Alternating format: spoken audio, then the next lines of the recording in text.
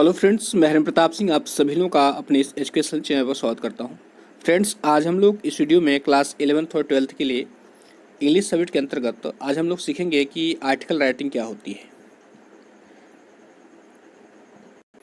एक एग्जाम्पल के माध्यम से भी हम इसको समझने का प्रयास करेंगे। देखिए, जैसा कि आप जानते हैं कि आपका जो इंग्लिश पेपर है वह 4 सेक्शन में डिवाइड होगा। Section A, section B, section C और सेक्शन डी। तो ये जो आर्टिकल राइटिंग आता है वह सेक्शन बी के अंतर्गत आता है। इसके अंतर्गत आता है, सेक्शन बी के अंतर्गत आता है। और ये राइटिंग स्किल जो है ये टोटल 20 मार्क्स का होता है। अब ये 3 पार्ट में डिवाइड होता है। राइटिंग स्किल के अंतर्गत ये तीनों जो है पूछे जा सकते हैं। इससे पहला इसमें है, इसमें आपको रिपोर्ट राइटिंग करने के लिए आएगा। रिपोर्ट राइटिंग क्या होती है उसका उदाहरण भी मैंने बना दिया है, प्लेलिस्ट में वीडियो पड़ा हुआ है, आप देख सकते हैं। यह आपको नोट मेकिंग और समरी लिखने के लिए भी आएगा, ये भी मैं बता चुका हूँ। प्लेलिस्ट में इसका वीडियो पड़ा हुआ है, आप देख सकते हैं। ये जो है 5 मार्क्स का आएगा। इससे जो प्रश्न पूछे जाएंगे वो 5 मार्क्स के रहेंगे। दूसरा पूछा जाएगा एसे और आर्टिकल, या तो एसे पूछा जाएगा या आर्टिकल पूछा जाएगा। ये 10 मार्क्स का होता है। और हम लोगों को इसी के अंतर्गत क्या पढ़ना है, आर्टिकल पढ़ना है। आज आर्टिकल पढ़ेंगे। और तीसरा जो राइटिंग स्किल के अंतर्गत आता है वो आता है कि letter to the editor, editor को पत्र लिखना है, बिजनेस लेटर लिखना है, या कंप्लेंट लेटर या शिकायती पत्र लिखना है। ये आता है 5 मार्क्स का। तो पहला रिपोर्ट राइटिंग या नोट मेकिंग और समरी आता है 5 मार्क्स का। ऐसे लिखने के लिए आएगा या आर्टिकल आएगा वो 10 मार्क्स का रहेगा। और letter to editor, business letter और कंप्लीट लेटर जो 5 मार्क्स का होगा। तो ये टोटल मिलाकर कितने का, तो टोटल मिलाकर के जो है 20 मार्क्स का होगा। तो राइटिंग स्किल आएगा कितने का, 20 मार्क्स का। अब हमको इसमें सीखना क्या है, हमको आज सीखना है कि आर्टिकल राइटिंग क्या होती है। ये या तो ऐसे लिखने के लिए देगा या तो आर्टिकल लिखने के लिए देगा। तो अब आइए समझते हैं कि आर्टिकल राइटिंग होती क्या है। आपको जो है कुछ खास इंस्ट्रक्शन दिया जा सकता है पेपर में कि आपको किसी मैगजीन के लिए आपको आर्टिकल लेकर के छपवाना है, या किसी न्यूज़पेपर में छपवाना है। किसी विषय पर आर्टिकल जो है किसी भी विषय पर दे सकता है। तो आपको जो है किस तरह उसको लिखना है। देखिए, यदि आपको जो है आर्टिकल मैगजीन के लिए लिखना है या न्यूज़पेपर के लिए लिखना है तो इसमें क्या क्या सम्मिलित होगा। देखिए, स्कूल और छात्र संबंधी विभिन्न विषयों का इसके अंतर्गत समावेश किया जा सकता है। किसका, स्कूल और छात्र संबंधी विभिन्न विषयों का इसके अंतर्गत समावेश किया जा सकता है। इसमें स्कूली जीवन तथा छात्र छात्राओं के क्रियाकलापों का विवरण हो सकता है। इन विषयों के साथ ही सामाजिक जीवन व प्रकृति के तमाम रहस्यों का समावेश भी इस विधा में किया जा सकता है।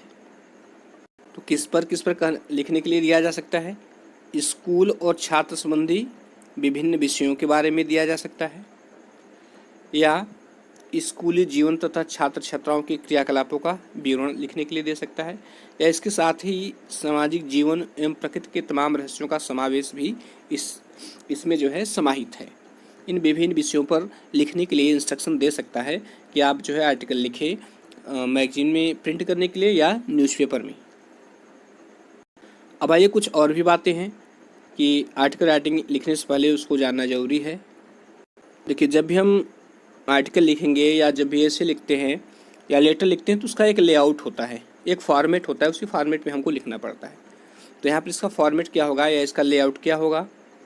देखिए, यहाँ दिया है कि सबसे पहले क्या होगा, heading of the article. Article की आपकी हेडिंग जिस विषय वस्तु पर लिखनी है वो हेडिंग के फॉर्म में लिखी जाएगी। दूसरा क्या करना है, फिर उसके बाद आप डिस्क्रिप्शन लिखेंगे, उसका विवरण लिखेंगे इन 3 या 4 पैराग्राफ, 3 या 4 पैराग्राफ में उसका पूरा डिस्क्रिप्शन आप लिखेंगे जिसके बारे में आपको लिखना है।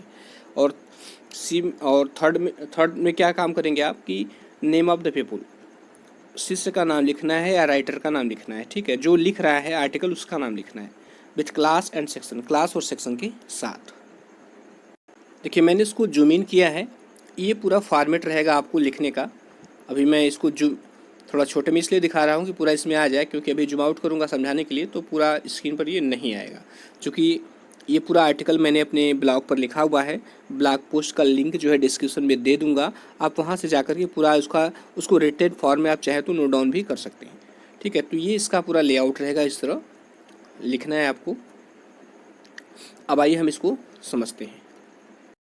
देखिए, आपका जो क्वेश्चन पेपर आपको मिलेगा उसमें इस तरह जो है इंस्ट्रक्शन दिया रहेगा कि आपको क्या करना है। ठीक है, तो आइए पढ़ते हैं कि इंस्ट्रक्शन क्या दिया गया है इसमें। देखिए इसमें कह रहा है कि right an article for a newspaper on family values and changing time. इसमें कह रहा है राइट एन आर्टिकल, एक आर्टिकल लिखिए फॉर न्यूज़पेपर के लिए, या आप उस वहाँ पर मैगजीन भी दे सकता है कि एक मैगजीन के लिए आर्टिकल लिखिए। तो मैगजीन दे चाहे न्यूज़पेपर दे, आपको लिखना उसी तरह है, ठीक है। आपको लिखना किस पे है? ऑन फैमिली वैल्यूज़, पारिवारिक मूल्यों पर लिखना है, एंड चेंजिंग टाइम, और बदलते हुए समय पर लिखना है। इसमें कह सकता है कि न्यूज़पेपर के लिए आप जो है पारिवारिक मूल्यों, बदलते हुए समय पर एक आर्टिकल लिखिए।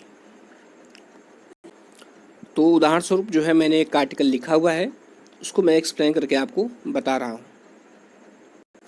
देखिए अब आपको करना क्या है, सबसे पहले जो है जिस विषय वस्तु पर आपको आर्टिकल लिखना है, आप उसकी हेडिंग डालेंगे। इससे हमको किस पर लिखना है? हमको लिखना है कि family values and changing times. किस पर लिखना है? Family values and changing times. फिर इसको जो राइटर जो इसको लिख रहा है वो अपना नाम यहाँ लिखेगा। जैसे आप यहाँ अपना नाम, यदि आप लिख रहे हैं तो अपना नाम लिख सकते हैं, जैसे बाई विकास विकृति, या राकेश रघुवंशी, या मोहन सिंह, कुछ भी आप यहाँ पर अपना नाम लिख सकते हैं। और यहाँ पर क्लास और सेक्शन लिख सकते हैं, क्लास 12th और बी।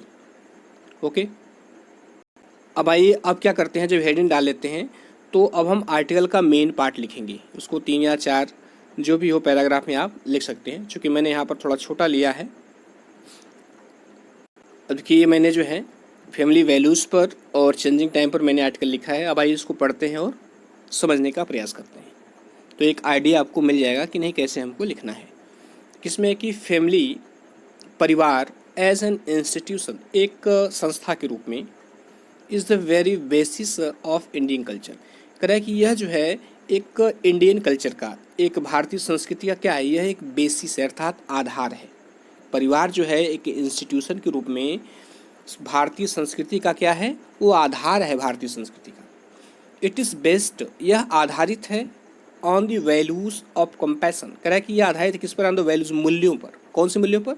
आप कंपैशन, दया के मूल्यों पर, सिंपैथी, सहानुभूति के मूल्यों पर, लव, प्रेम के मूल्यों पर, अफेक्शन, स्नेह के मूल्यों पर, इटीसी मतलब एक्सेट्रा। ट्रेडिशनली का मतलब होता है परंपरागत रूप से। क्या होता है? परंपरागत रूप से। तो कह रहा है कि ट्रेडिशनली, परंपरागत रूप से, India supports the joint family system. Bharat जो है जॉइंट फैमिली सिस्टम को सपोर्ट करता है, अर्थात संयुक्त परिवार प्रणाली का समर्थन करता है।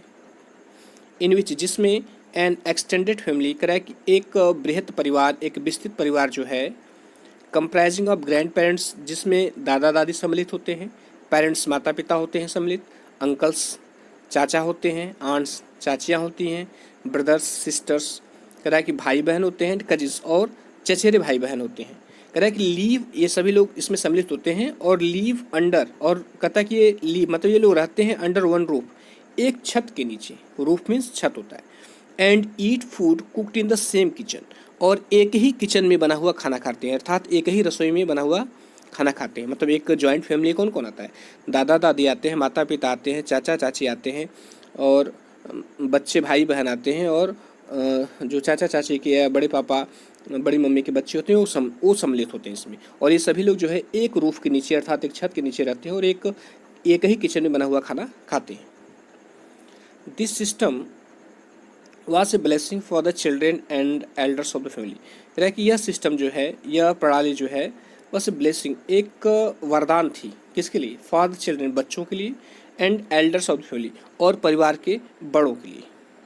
बट लेकिन with the advent of nuclear family, advent का मतलब होता है आगमन, एडवेंट का मतलब क्या होता है? आगमन होता है। कह रहा है कि but with the advent of nuclear family, लेकिन न्यूक्लियर फैमिली के आ जाने के बाद, मतलब एकल पारिवारिक व्यवस्था के आ जाने के बाद, या एकल परिवार के आ जाने के बाद, एकल परिवार में कौन कौन होता है?